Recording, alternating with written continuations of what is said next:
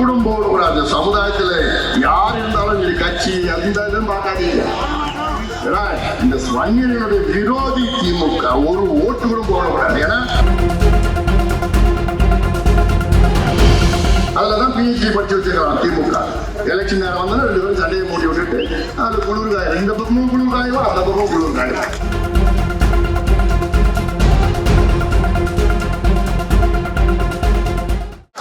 எவ்வளவு மோசடி பாருங்க.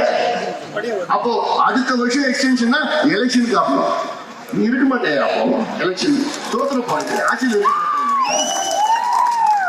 முடிஞ்சு போச்சு. இன்னொரு 4 மாசம் தான் இருக்க போறீங்க ஆட்சியில். அப்புறம் நாங்க பார்த்துப்போம் என்ன பண்ணாங்க. இந்த மோசடிலாம் நீங்க ஞாபகம் வச்சுக்கோங்க. ஒரு ஓட்டு கூட போடக்கூடாது. சமுதாயத்துல யார் இருந்தாலும் நீ கட்சி எந்த இதுவும் பார்க்காதீங்க. இந்த வன்னியர்களுடைய விரோதி திமுக ஒரு ஓட்டு கூட போடக்கூடாது. ஏன்னா மக்கள் படிக்கக்கூடாது, வேலைக்கு போகணும். இதேதான் பட்டியலின சமுதாயம். பட்டியலின மக்கள் இதே நிலையில் தான் இருக்கின்றார்கள். 2 வரையும் சண்டையை மூட்டி விடணும். அதுலதான் பிஹெச்டி படிச்சு வச்சிருக்காங்க திமுக. எலெக்ஷன் நேரம் வந்தா 2 பேரும் சண்டையை மூடி விட்டுட்டு அதுல குளிர்காயம், இந்த பக்கமும் குளிர்காயும் அந்த பக்கமும் குளிர்காயம். காலகாலமா தான் பண்ணிட்டு இருக்கிறார். அதை புரிந்து கொள்ளுங்கள்.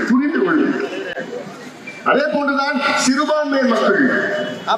இந்த 3 பேர் தான் நம்பி இருக்கிறாங்க. வன்னியர்கள், பட்டியல் மக்கள், சிறுபான்மை மக்கள். சிறுபான்மை மக்களுக்கு நாங்கள் உங்களுக்கு பாதுகாப்பு கொடுப்போம். பாதுகாப்பு படிப்பு கொடுங்கயா, வேலையை கொடுங்க, அவங்க முன்னேற்றுங்க. இஸ்லாமிய சமுதாயத்தை சார்ந்தவர்களுக்கு படிப்பு கொடுங்க, வேலையை கொடுங்க, முன்னேற்றுங்க. அதெல்லாம் கொடுக்க மாட்டீங்க.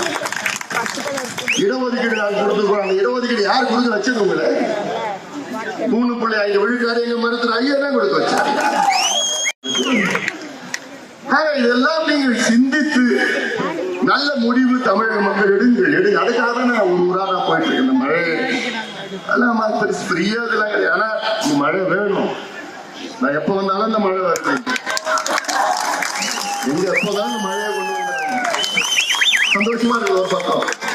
செய்திகளை உடனுக்குடன் தெரிந்து கொள்ள கீழ்கண்ட கேபிள் மற்றும் டிடிஹெச் நெட்வொர்க்குகளில் எம்நாடு செய்தி தொலைக்காட்சியை காணுங்கள். பாதகம் செய்பவரை கண்டால் நாம் பயம் கொள்ளலாகாது பாப்பா. மோதி மிதித்து விடு பாப்பா, அவர் முகத்தில் உமிழ்ந்து விடு பாப்பா. அண்மை செய்திகளை உடனுக்குடன் தெரிந்து கொள்ள இணைந்திருங்கள் எம்நாடு தொலைக்காட்சியுடன்.